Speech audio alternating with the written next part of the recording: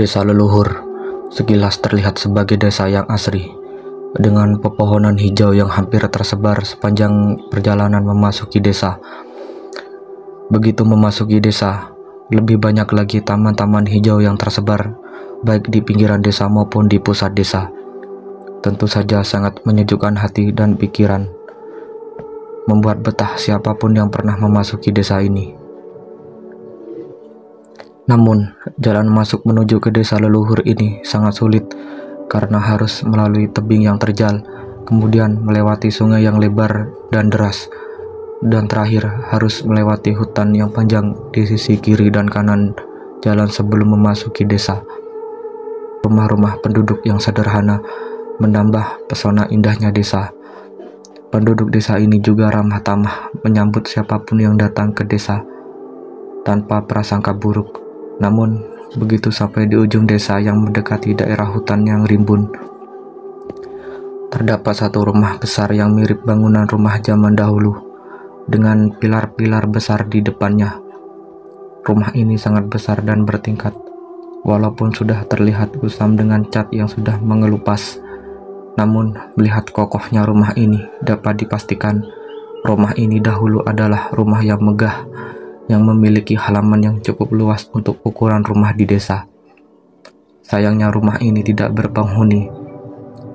Tampak semak belukar yang sudah tinggi menutupi keseluruhan halaman rumah ini. Bahkan jalan menuju pintu depan rumah juga terhalang rumput yang tinggi. Tidak ada yang tahu siapa pemilik rumah ini. Menurut cerita yang beredar di desa, rumah ini pernah dimiliki saudagar kaya yang memiliki perkebunan di desa. Namun, lambat laun cerita ini pun menghilang dan hanya meninggalkan kesan horor di desa ini jika malam menjelang dan jalanan di depan rumah kosong ini gelap gulita. Tidak ada penduduk desa yang berani mendekati rumah ini jika hari sudah malam. Cerita yang beredar menyebut ada penduduk desa yang melihat penampakan wanita cantik berambut panjang dan berpakaian serba merah dengan gaun panjangnya yang duduk di teras rumah dan di atas pohon beringin besar di depan rumah ini. Ada juga cerita yang menyebutkan melihat raksasa besar yang menjadi penunggu pohon beringin besar yang tumbuh di halaman rumah ini.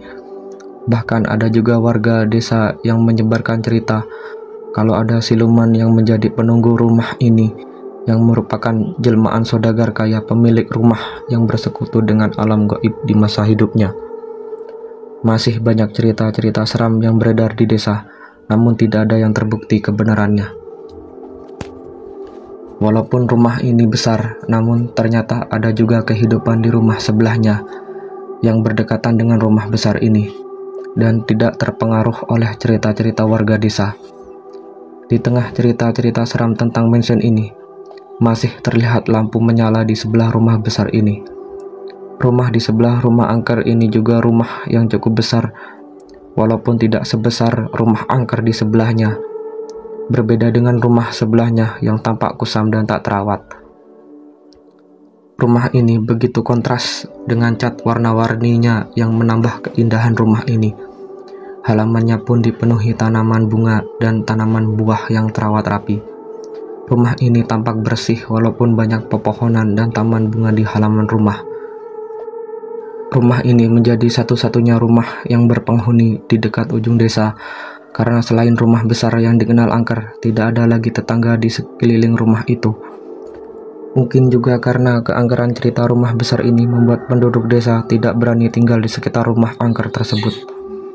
Rumah ini ternyata hanya dihuni satu orang saja, yaitu seorang wanita setengah baya bernama Ningrum, yang juga merupakan penduduk asli desa ini. Rumah yang ditempatinya pun merupakan rumah warisan dari pendahulunya yang sudah dia perbaiki menjadi rumah yang lebih besar dan kuat.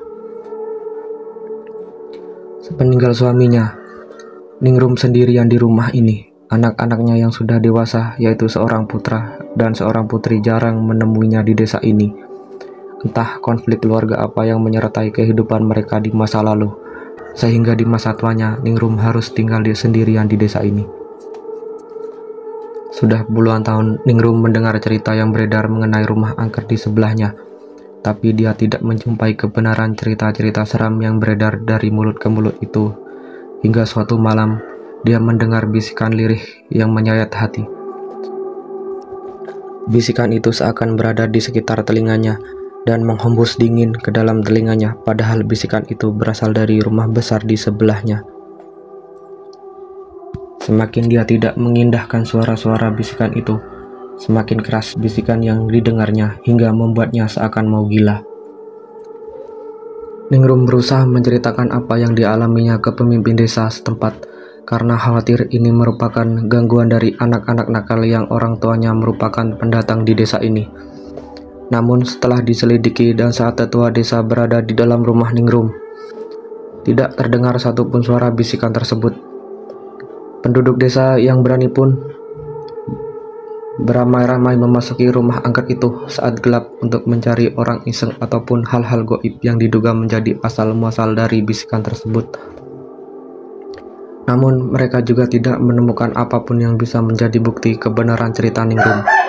Lama-kelamaan mereka menganggap Ningrum mulai gila atau karena menderita penyakit di masa tua yang mendengar sesuatu yang tidak ada. Mereka hanya menyarankan Ningrum agar menemui psikiater untuk mengobati depresi yang dialaminya. Ada yang menganjurkan agar Ningrum pindah saja ke rumah anak gadisnya yang tinggal di kota besar, tapi dia tidak mengindahkan karena masih menganggap bisikan ini adalah ulah jahil orang-orang yang ingin menyingkirkannya untuk membeli rumah peninggalan orang tuanya dengan harga murah. Dewi bisa beranggapan seperti itu karena sebelumnya sejak dia tinggal sudah puluhan tahun di rumahnya sekarang yang bersebelahan dengan mansion angker ini, dia tidak pernah merasakan apapun dan tidak pernah mendengar suara aneh apapun. Sejak 2 minggu lalu sebelum dia pertama kali mendengar suara bisikan ini, ada tawaran dari pengusaha dari luar daerah yang sangat berminat untuk membeli kediamannya.